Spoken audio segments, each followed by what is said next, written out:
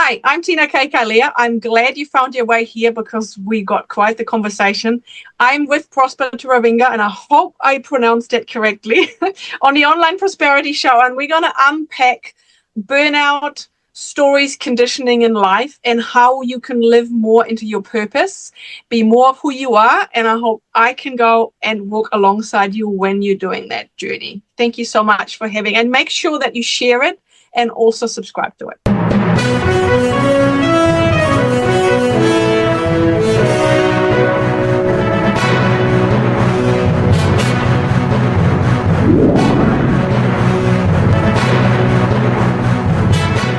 Now, ladies and gentlemen, welcome, or should I say willkommen zum, I should say that in English because that is just going to end badly. Welcome to yet another exciting episode of the Online Prosperity Show. I'm your host, Prosper Taruvinga. And today, we've got a guest whose story is the embodiment of resilience, transformation, and the unapologetic reclamation of self. Now, Tina, how are you doing today? I'm wildly, successfully happy to be here. Absolutely. I wish I could have said that in German. Willkommen to the Online Prosperity Show and things of that nature. But I think you being wildly, successfully present today is the one thing that we actually need. So excuse my attempt in German. Let's get the wild out of the way. So for those that are meeting Tina for the very first time, let me take you from under the rock you've been hiding under. Now, she's a woman who swapped her corporate boardrooms for soulful leadership and also fierce feminine empowerment, and also an adventure-filled life that I have explained before would actually make Indiana Jones raise an eyebrow or take notes a little bit. She's actually the founder of Femmepreneur Pathfinder, and also she has dedicated her career to guiding women back to their power. So basically what she does is she's helping them heal from that over giving, nurturing part of them being a woman, and sometimes it leads to burnout. I know I haven't said it right, so she will let us know exactly how that works out. And she's literally teaching them to thrive in alignment with their authentic selves. I mean, burning out and everything else has since become such a buzzword, and I don't think it's a badge of honor. And I think there's ways and methods for you to actually figure out who you are exactly and how you can literally be, do, and have a happier existence. Now, you might be thinking, so who's Tina and why is she the one documenting or telling us this way? Well, she's got over 25 years in corporate experience, and also she underwent her own personal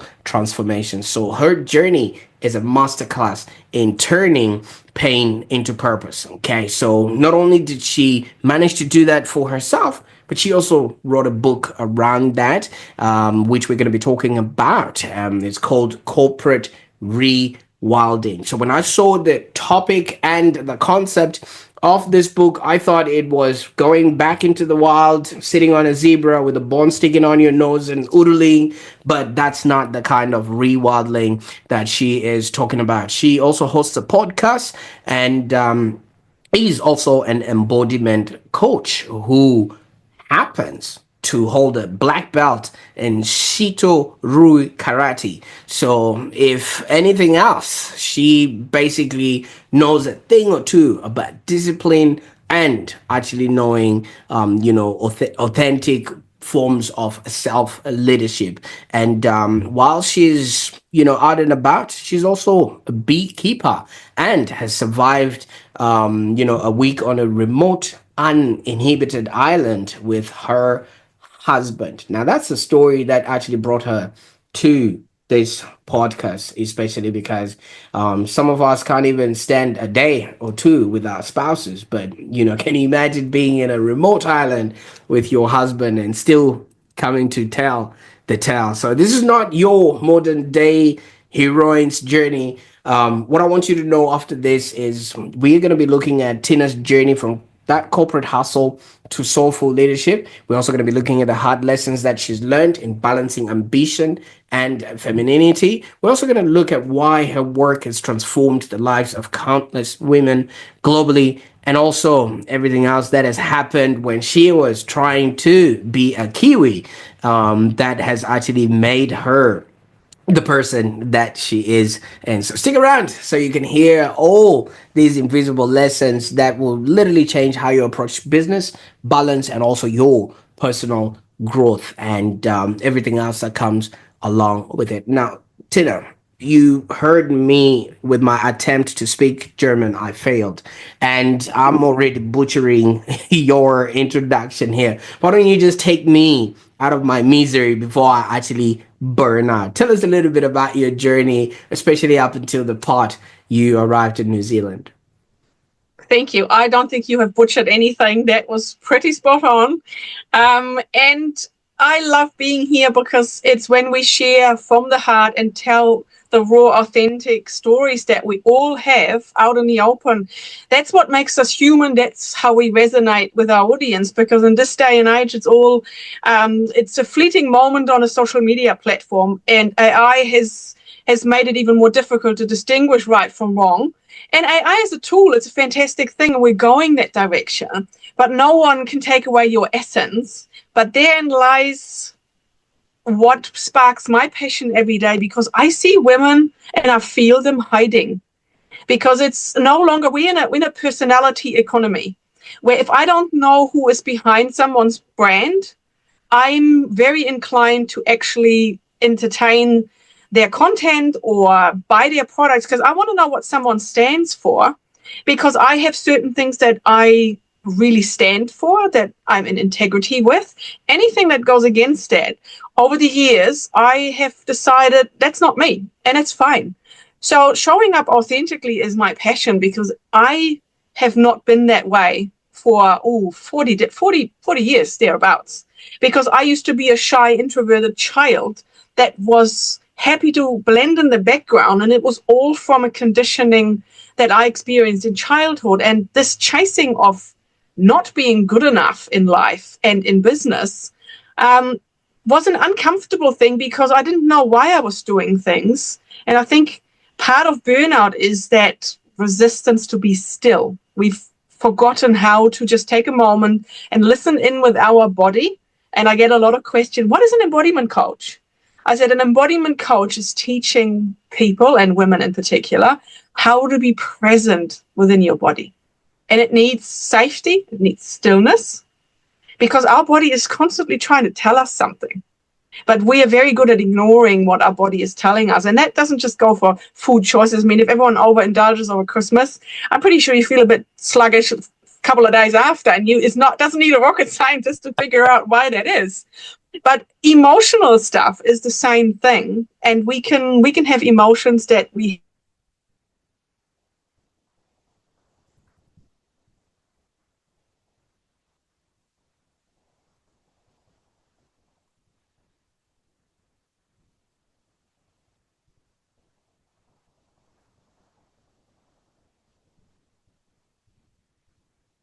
have been perpetuating.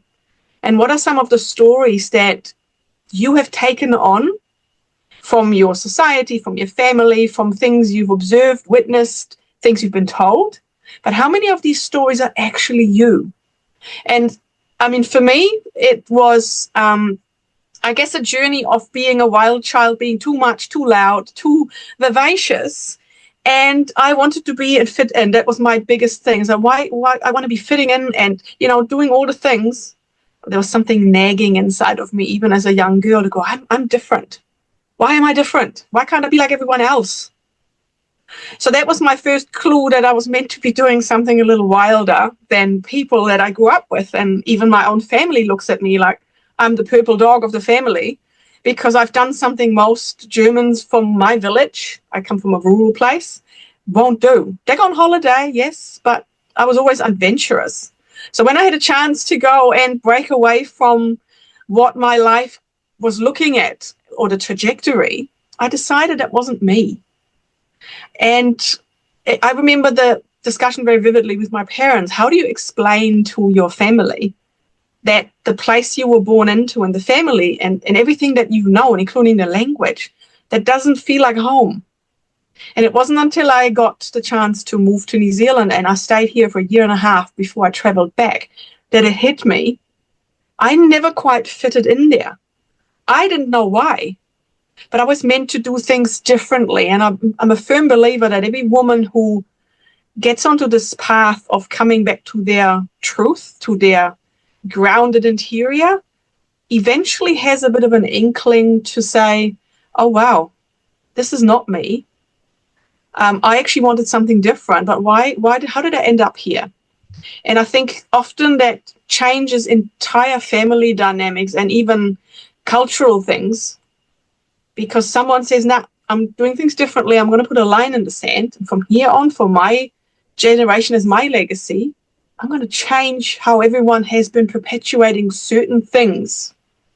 So that's kind of how I ended up staying in New Zealand, because I could express myself in a different way, be a bit wilder, because it is a beautiful, wild country. Everything, the nature is just breathtaking. But the rewilding takes courage to ask all these hard questions. And it's taken me a good decade after my burnout and breakdown to realize that what I was doing was actually killing me or eroding my health.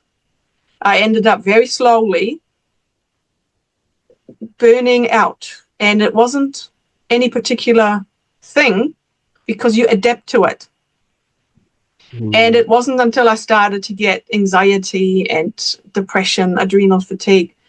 But I've lost 5 pregnancies while trying to hold a 6-figure job in media.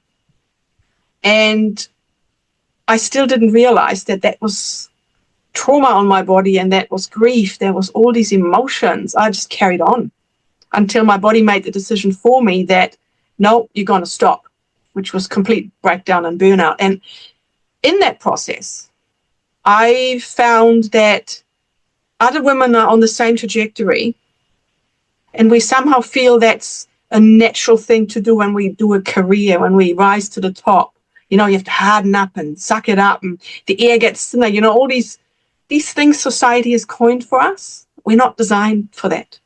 So I made it my mission as I don't want another woman to spend all this time until they get to the point where the body breaks down, because I ignored the signs. And there's ways to live a fully integrated life where you can be successful. And yes, I'm busy, but it is in such an aligned, purposeful way. I never thought that was possible for me. I was the cynic par excellence. If anyone would have told me half the things I've done in the last 10 years to bring myself back to my wild nature, I would have laughed, because I wasn't ready to hear. So I feel a bit like a ninja behind enemy lines to go back into that corporate environment and have these women open up their ears, look at me to go, yeah, I trigger you. And they tell themselves, I can never show up like she does. But yes, you can, because when they find me, there's some spark somewhere deep inside them where they go, I'm empty, I'm hollow. I can't quite put my finger on it, but I don't know what it is. Until I drop a few things and they go, whatever she just said, something resonated. And then they find me because they're curious. So that's kind of where I arrived in a short version of it, and what my book was all about. I made the vow to my unborn rainbow babies that one day I was going to tell the story. And I did. Absolutely. And thank you so much for unpacking all of that. I mean, in essence, that was the German efficiency in you right there. We could just end this episode right now, you know, because, but, you know, let's just go back a little bit to, you know, in your little town in Germany where you would have been raised. So I've been to little towns in Germany where everybody's just talking about Kartoffel and Apfel and no one works on Sunday. You're not doing the washing on Sunday. All these very structured things. Exactly.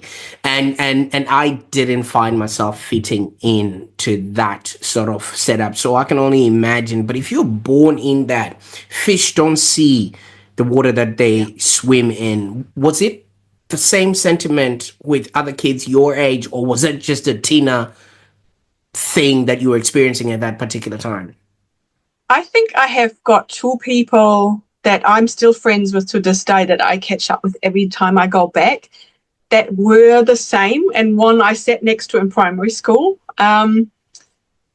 The others kind of fizzled away over the years because there's such a rift of the things I did. I always wanted to travel. That was my thing. So I was a girl who used to go to the travel agency, and those brochures before the internet came along, and I used to rip out every page that had palm trees and white beaches.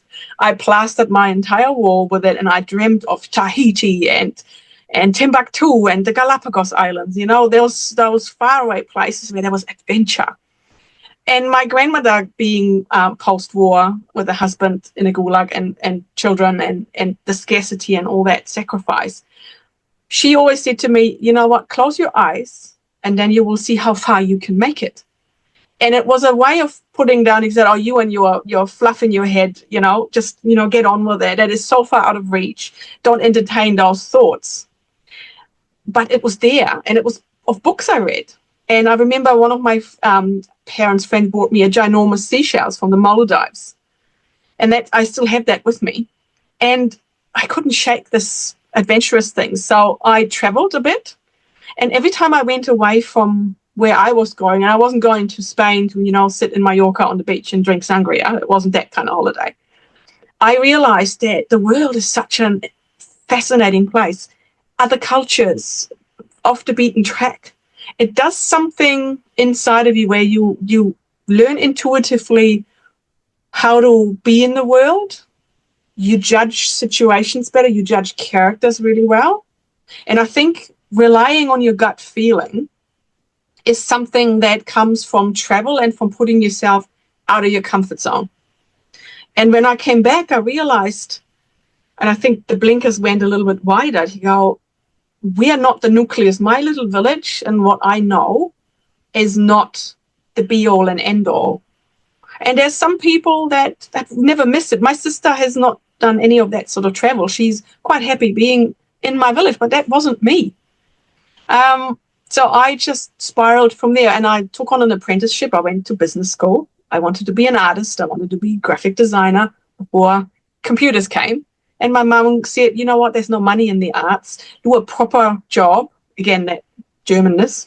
Do a proper job. If you go into an office, there'll always be a place for you to work. So that's the trajectory that I took. And the company I worked for was very hierarchical. Like it was, the CEO had the padded office. They had some secretaries, and that was the admin department. And as a woman in your early 20s, and it sadly hasn't changed very much from the perceptive from that place in Germany, is that you're an admin person and you're the secretary and you're doing those support roles because you eventually get married, have children, and then that's that. And that wasn't me. I always wanted to go, but I want to, do big thing. I wanted to go to the exhibitions and, present. And when I did, I realized there was only so much I could do and being held by that structure. And the opportunity for New Zealand came, and that's when I realized I need to get out of here. And then that just happened. And here I am today with a bit of a different trajectory from the people I went to school with. Oh, absolutely. I mean, that the places you're talking about are worlds apart. I mean, you're talking about a place where in Germany there's, is it the whole Autobahn where there's no speed limit just because they have cars that can exercise that? Whereas New Zealand is all curves, mountains, windy, hills, and you can't, if you go without a speed limit, you're obviously off a cliff or things of that nature. So it's from a really high, fast-paced environment. And I can imagine if people would have come from the war, there's a certain stigma that would have been passed on to all the generations, things of that nature. Now, so many people would have obviously just wanted to be in and around what they were sort of brought up amongst, but you obviously stepped into a whole new world. New Zealand became your next stop. Tell us what it was like for you having to slow down pace to start off with. New Zealand was a lot different from what I had experienced. And I only knew because the company that used to be a client of the company that I used to work for, I only knew the accountant and the owner of the company. When I arrived here, I took 3 months with a friend and we backpacked the Pacific Islands. So I only had clothing suitable for the South Pacific. I was broke. My little box with belongings was somewhere in the Pacific making its way to New Zealand. She went back from Fiji to Germany and we said goodbye. And I go, okay, I'm waiting for my work permit to come through. So by the time I arrived here, it was 2 weeks in because I couldn't go into the company yet because of paperwork. So I was sitting in a place, it was September, and spring in New Zealand is it's not warm. And I had moments where I go, have I made a mistake? Should I go back? The language I struggled with because I had school English. I could communicate in English really well, but boy, the Kiwi accent, I was like, what language is this? So I couldn't articulate myself. So I felt completely inhibited being able to express myself. I then had to go flatting. Haven't done that. So you have strangers and you share an apartment and a house with them. The food was different. The climate was completely different. So it took me a couple of months to come to terms with the fact. And I go, you know what? I've gone through all this trouble. I'm going to give it a year. And then once I started working, I started to understand that the clocks tick a lot slower. And I really enjoyed that for the first year or so because they used to tease me, oh, have you switched in German mode today? Because I could swear I could get the average Kiwi work week in 4 days because it's just what we do. And the drinks after work, the weather is nice. Let's have a long lunch. Those things are not unheard of where I came from. So it was like, oh, I'm liking this. I'm going to hang around a bit. And I said, okay, I'm going to stay another year. Because that was something where your whole system goes, wow. And it felt light and, there was no responsibilities in terms of no house yet, no mortgage, no, none of that. And then I crossed paths with this ginormous, good-looking hunk from the Pacific Islands in a bar in town. And I go, New Zealand doesn't have just beautiful landscape. And then we started dating, and we've been together 20 years now. We have a son together. So that was playing part of the role. But even if I wouldn't have happened to fall in love with someone from the Pacific or for a Kiwi, I would have chosen to stay because the opportunities when it came to work and career, you can do a lot as a woman in New Zealand, and I wasn't used to that. So that's when I started to think, wow, you have these opportunities that you wish you had, and here it's second nature. You don't have to elbow your way quite as hard to a place of middle management or even further. I mean, the Prime Minister at the time was a female, and we had several since. So I really enjoyed New Zealand, but then the conditioning and this trying to prove yourself and this hard work eventually caught up with me, and I realized you can move to the other side of the world, but whatever you carry within you and the conditioning that you have and the stories, you pack them with you.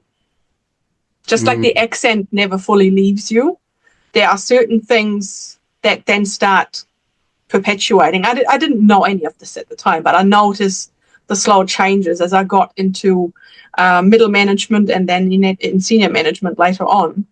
That little girl that was proving herself, that felt not good enough in her expression, I took that into the boardroom and into every client meeting. So there was a disjoint. And that came from the conditioning I shared in my book. So it's been quite a journey. Absolutely, because wherever you are, there you are. Yeah. You might take, the girl out of the village, but you can't take the village out of the girl and things of that nature. So is it something that you realized, or is it something that you were told, or was the misalignment creating a misalignment or, sort of like a discongruence? I'm looking for the word for it, with the way you were living and the person you were becoming. I guess I was derailed. Whatever little glimpse I had of my true nature, it eventually flooded back in. It's kind of, when you tip over a bottle of ink, eventually it's just a dot, but then the longer you leave it on the fabric, it just disperses, and eventually you're just looking at blue ink.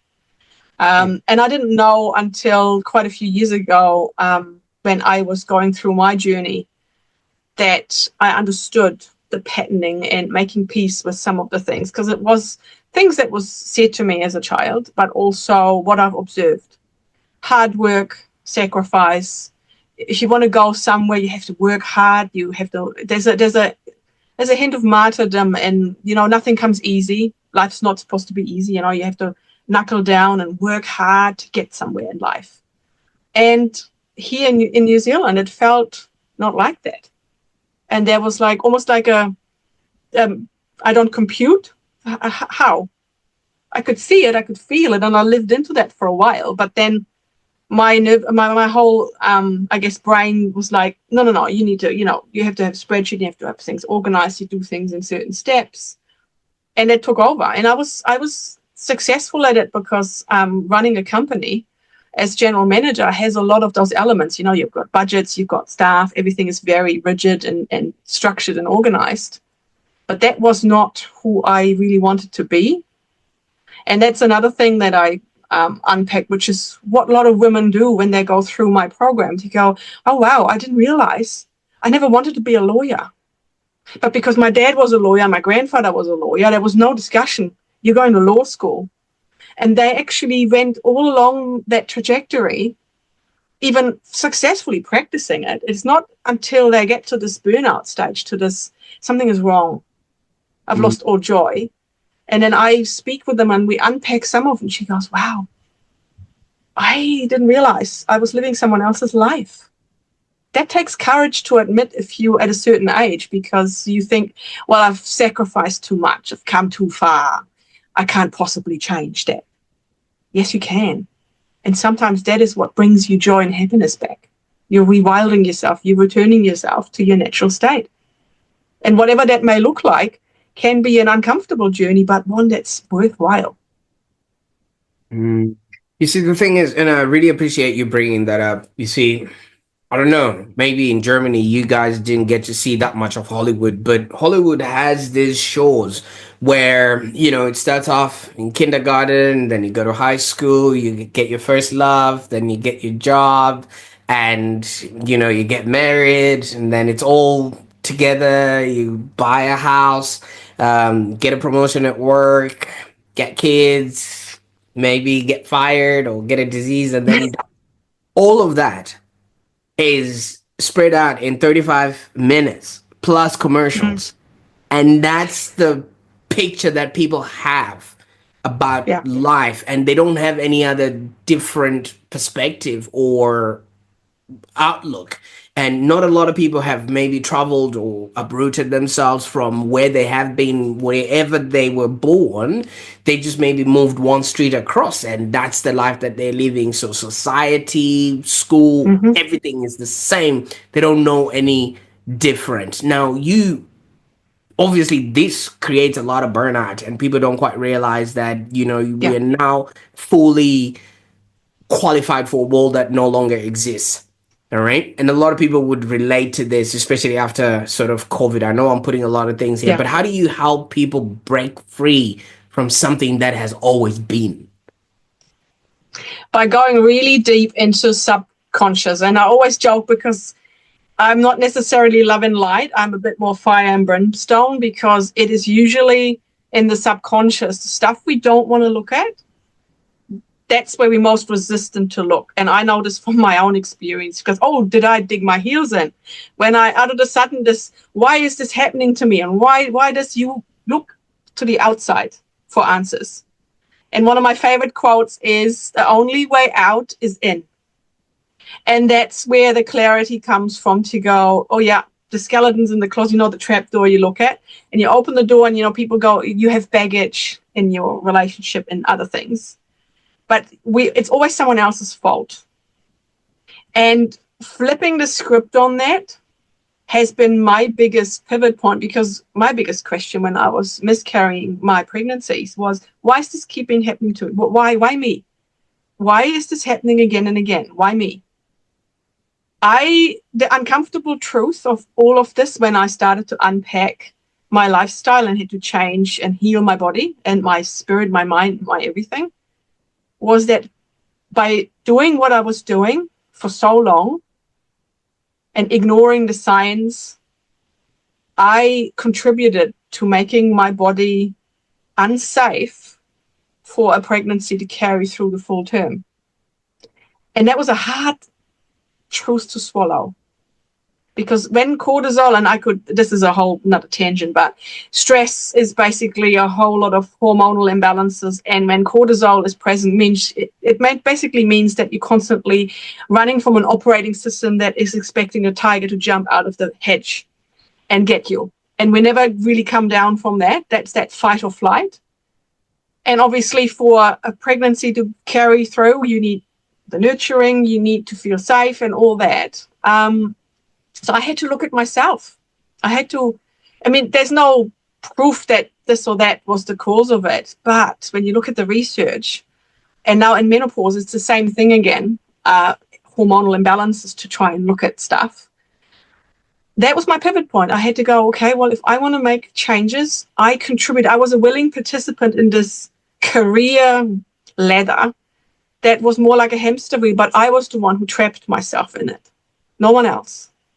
I kept up with the bullying at work, with the narcissistic boss, with putting in the 60 hours and then hating on anyone who left on time, because you then become somebody that you're not really are. So I had to look at my leadership style, the way I manage teams, and I realized, I've probably been the boss from hell on occasions, because I was acting from a place of such, I guess, misalignment that became your new normal. So I had to own a whole lot of things. And when I work with women on really facing those things, and I do this one-on-one, there's a lot of safety required to go, and intuition, because I've been one of these women. I walked that path. I know exactly what triggers them and what they feel. So I'm just creating a level playing field to go, look, I'm here to listen. I'm holding space for you. It is okay to put your armory down, put the sword down, take off the chain vest, and just be for a minute. And just allow yourself to fall apart. There's often a lot of tears. There's rage and anger, grief for the years lost. So I allow for a lot of emotions to be processed. Because once we accept that we are part of the problem, we can actually accept some of those things, and then we can expose them and work through them. So we can create new patterns, rewire some of those things, and look at the scary stuff, aka the conditioning, the bad habits we have. Look at them in the cold hard daylight and go, it's not so scary. Now that I understand it, I can become aware of it, and we can do something different with it. And it's a process. But that's where the Realign was born, because it is about reflection, and then you go and look at exposing and accepting and integrating and nurturing and grounding, because that creates a way for you to get out of the maze and find your way back to yourself. It's a beautiful journey. Absolutely. Well, I can so see what that means for a lot of people. So in a way, Tina, you are literally giving people back to themselves, right? Yeah.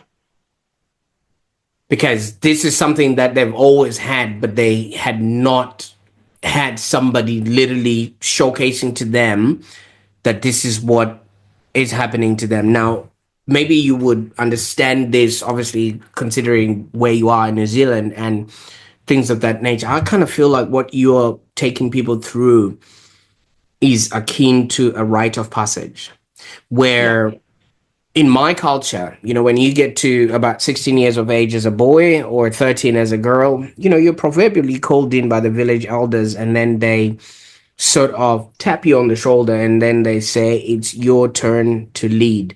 What that means is you're starting to lead yourself, no longer acting like a baby, spitting the dummy and throwing tantrums. You literally now have to go within to find yourself. But without using that word, could that be sort of the same thing? Because so many people are just going through that straight line and there's no pattern break that Yeah. literally tells them now is the turn for you to embody or step into your femininity. I liken it to a chrysalis because it is a container that I hold for 6 or 12 months. And in there, the caterpillar comes in, we're going to spin the cocoon, we're spending all this time, and we are alchemizing, we are dissolving everything that the caterpillar represented. And in that process, we are shedding, we are purging, we are letting go of things, we're looking at things. And then we are slowly transforming into a butterfly. And when you step out of the cocoon, when you're ready to break open, you are in your mind still a caterpillar. But you already have wings. Your body has changed. So you need to then come out, be guided through that exit point and be able to go, oh, look, I've got wings now.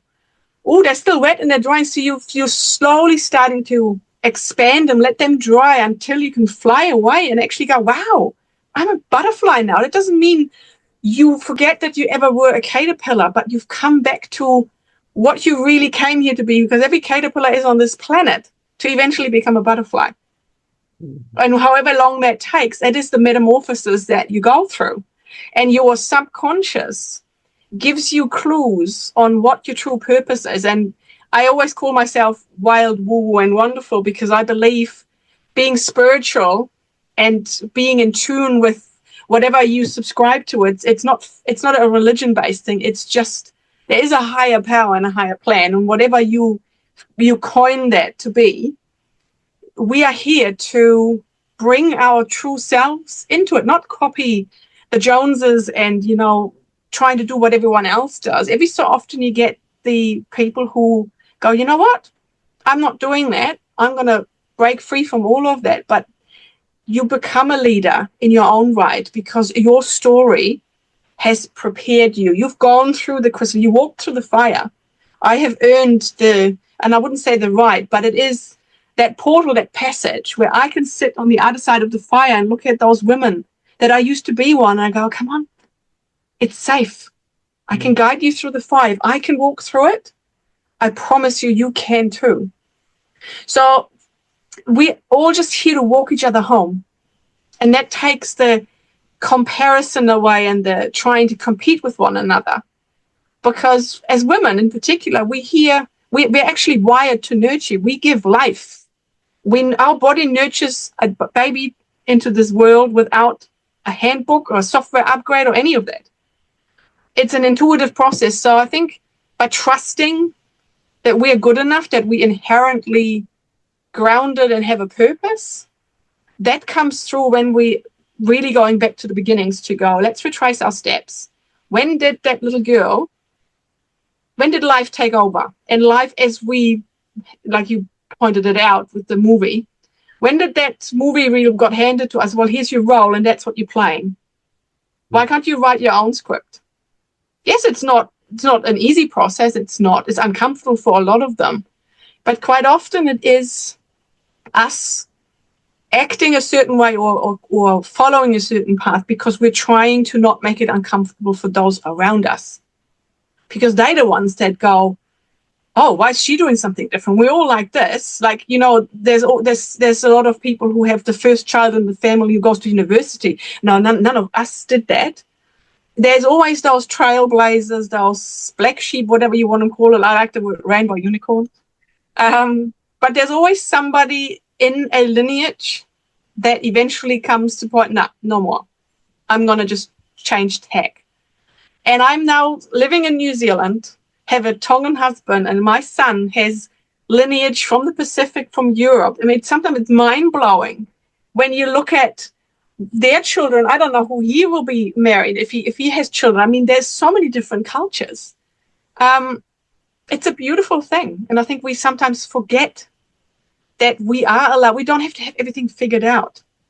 The beauty sometimes is in the mystery of life. And actually, staying under the moon, looking at the stars to go, wow, I'm feeling happy and grateful for everything that I have. And it rubs off to other people, because sometimes what aggravates people the most is when someone is happy with who they are and what they have. I like that.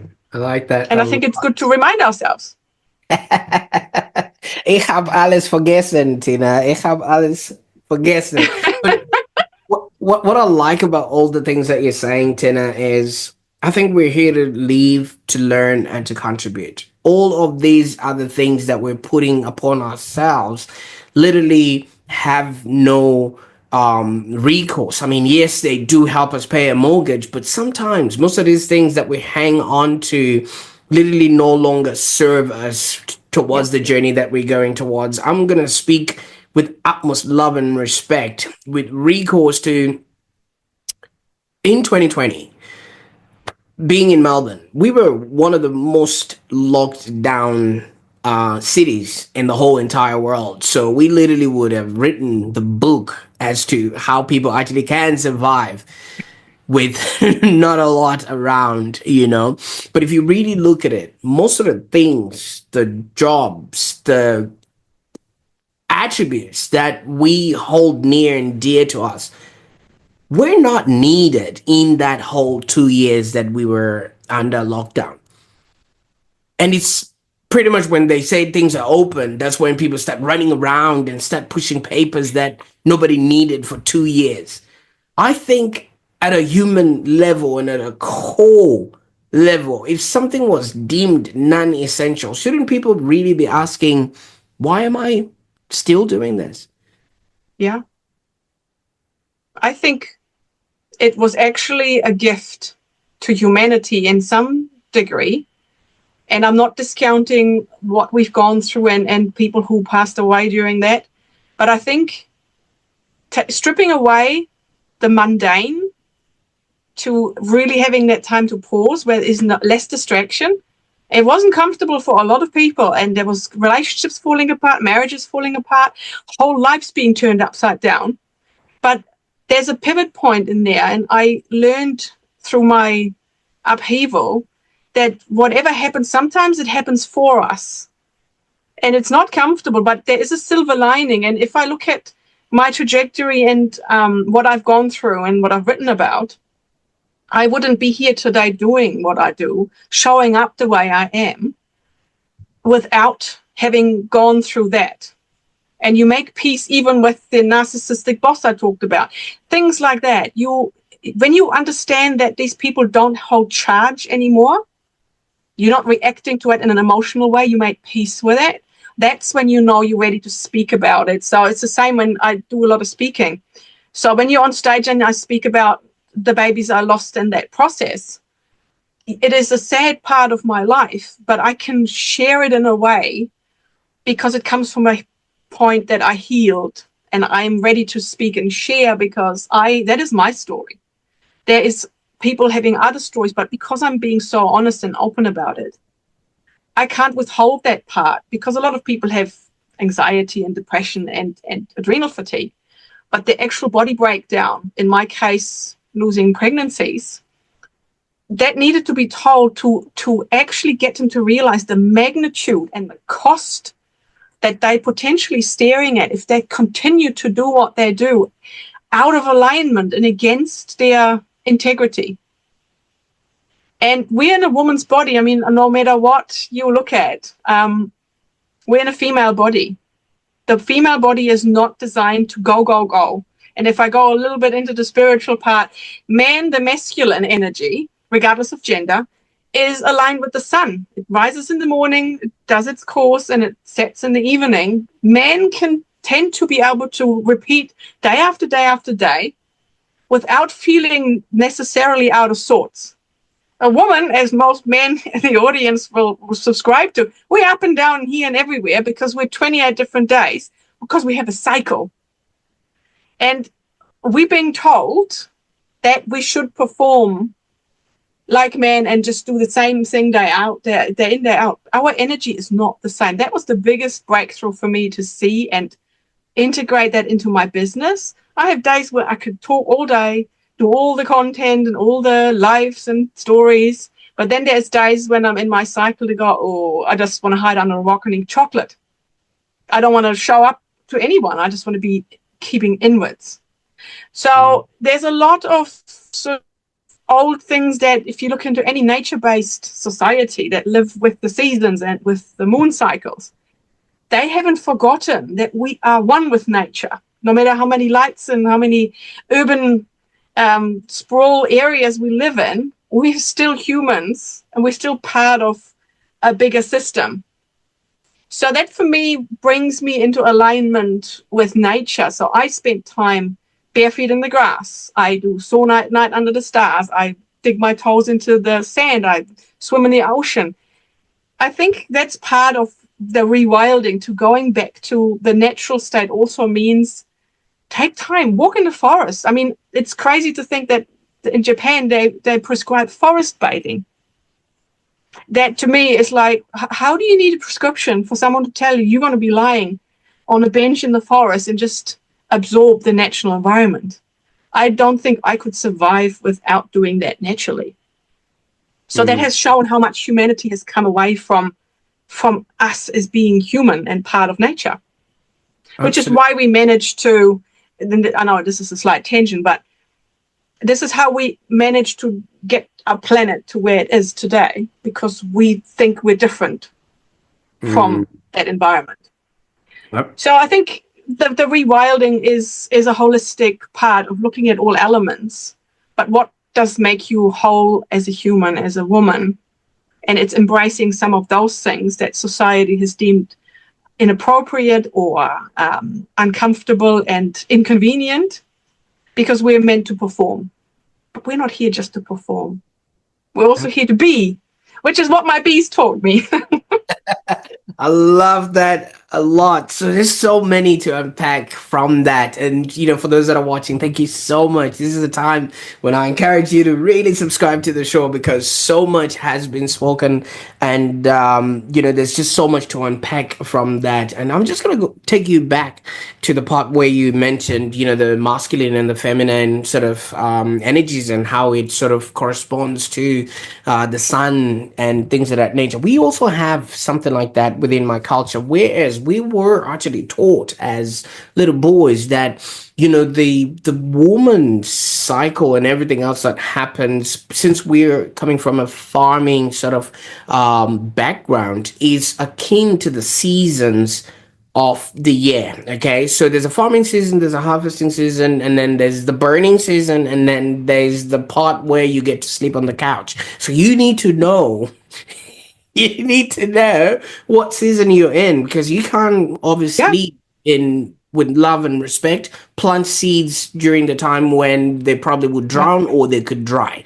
And it's things like that. Once you get to understand all of that, then you definitely would put put things in its right order and its right place. And the other thing that you also mentioned is we've taken ourselves so much far from nature in and of itself. Even if we look at the environment we live in, nothing is natural in what we're doing. Even the food is not natural. It's been taken away from its most original sort of process and state. But as you said, that's yet another podcast, which means you have to come back, Tina, for us to have a bit of a chat. But for those that have been learning a thing or two as they were sort of listening to you talk and being, part of this show, what would be the best way that people can maybe start their journey with you, and where can they go on the internet? You can go and find me on Instagram at _Fempreneur, and I'm sure you'll have some show notes for that. LinkedIn, Tina Kapp-Kailea.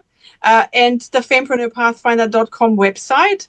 I do have different ways in how you can work with me. I run a group program called the Feminine Chrysalis, and that is about a lot of the things we spoke about. In a nutshell, I allow women to fall apart and then put themselves back together and return to their true essence. And that goes into your subconditioning, into your patterns. It touches on some of the energetics that we pull out. And then it goes into the feminine energy, how you integrate that with your masculine and on your cycle and the seasons of life and of your own cycle and the year. And then I have got a program called Realign, which is for the women that are in corporate, who have lost their spark, who don't necessarily want to go out and do their own business or anything, but they've lost themselves. And this is the Realign program, which is my mastermind that opens at the end of February again. And that is a one-on-one journey. And it's a very deep dive into reclaiming who you came here to be. And I'll guide you from hustle to harmony. And that goes through this process that we touched on a little bit. Absolutely. And thank you so much. I'll definitely make sure that all those links are in the show notes, and, people can get, notified whenever something new comes up from you there. Now, as part of the introduction, I mean, we've gone through quite a lot. People will maybe find out pieces and connect the dots for themselves. Today wasn't going to be a deep dive. We were just sort of introducing you to the audience that we have. Now, you have had obviously the integration, of you being a German and in New Zealand, and also adapting to Kiwi culture and things of that nature. Can you maybe point out to things that really, really stuck with you, or just take us to that inhabited island where you guys just spend the whole time there? It was a week, right? When you guys... It was a week on playing Robinson Crusoe, which ever since I saw the Blue Lagoon, I had the chance. I go, oh yeah, let's play Man Friday. When it comes to New Zealand, I mean, the language is a thing, and obviously as a native German speaker, I tried to translate things one-to-one. And I figured out it doesn't work. So I've had colleagues for a lot of years laugh about, I put my foot in a lot of times when I adapted. I've mixed up the word in a conversation with a male colleague once, and I switched the word circumventing with circumcising. That was an interesting one where the entire office was on the floor and I had no idea what I said. So that's a standing joke. And they have something here like bring a plate. And that means you're bringing something to a potluck or whatever. Now, in Germany, in my defense, we don't like using paper plates because everything has to be proper. So when someone throws a big party, it's not uncommon to go, hey, can you bring your plates? Because we've got a lot of people. I only have so many plates. So my first barbecue, when someone said bring a plate, I rocked up at their place with a stack of empty plates. And they looked at me. They weren't sure whether I was serious. So that's also a laughing matter. And they always say to me, make sure you put something on the plate when you come. Even I'm laughing at that one. You just rock up with a plate and you... Bring a plate. I took it literal. Bring a plate. Germans tend to be quite black and white. And because I didn't have the language, but I took plates. So that's funny. When it came to the island, I think my husband's family, they call me the crazy German. I've got a number plate that says that. But they had no idea why on earth someone would want to be dropped on an empty island for a week with a machete, some fishing line, and a Kiwi camping dome tent. But it was fun because it was going back to basics. And we made fire, we fished. I learned how to open a coconut. I still score points when we go to Fiji, and I can open a coconut really quickly with a machete. They always look at me like, how? I said, oh, the Tongan. And I think the fact that we managed to be on an empty island for a week and haven't killed each other and are still married, there's something to be said for that. We called it Survivor Tonga. Absolutely. Are you sure there were no cameras around you? And you No, it was in 2001. So we didn't even have Instagram or smartphones or anything. So it was funny, but we've got some photos where you go, wow, that was quite adventurous. And it was something we did, and we still laugh about it. Absolutely. Well, what I just learned from all of that is whatever you're going through or whatever you're doing and whoever you're with, be sure to document that journey, because one day you'll have a good story to tell on the Online Prosperity Show. Now, Tina, I can't thank you enough for the time that we spent Thank on the you. call today. I mean, your life story, your experience, your journey in and of itself has got so much. And I can viscerally believe that the people that you're working with will benefit from this blend, of genius that you've put together. But you've taken us on a journey which basically is, over 30 or so years, in the making and things like that. What's next? What can people expect from Tina? Are there going to be any other island escapes, or are there going to be any empty plates? I don't know what is in store for the people that are going to be a part of your journey now. There's going to be more wild places. I would love to go to Kyrgyzstan and ride horses in those empty landscapes. I would love to have a black Frisian horse who I will name Odin. That's on the card. So I can, put my cloak on and ride to my bees on a horse. That's a childhood dream. I used to ride horses. But on a business point of view, I really, really want to connect more women globally. I believe that when we come together, like think of King Arthur's table, but from a feminine point of view, to go true, authentic connection. Collaboration is the new domination. And wealth in the hands of women is not used to go to war. It is basically designed to make the world a better place. And I know it sounds cliche, but if we just get over ourselves and stop competing with one another and accept that we are in our own right, every one of us has a flavor and their own secret sauce. If we combine that, magic happens. And I hold women's circles on a small scale. I want to go global, and I want to be on big stages. I want to be on a TEDx stage this year sometime with my corporate rewilding. I want to inspire women all over the world to break away from the shell that they're holding on to and show them that it's safe. Come and join us on the wild side. It's fun. And it's not as scary as you think, because we're all here. We're going to help you. We're going to support you, because that's what we meant to do as women. Absolutely. And I mean, obviously, with what you just said, we've got a statement that says if you want to go far, you go alone. But if you want to go further, you go together. And I think that really sums up your journey and everything else that you are bringing to the table. Wow.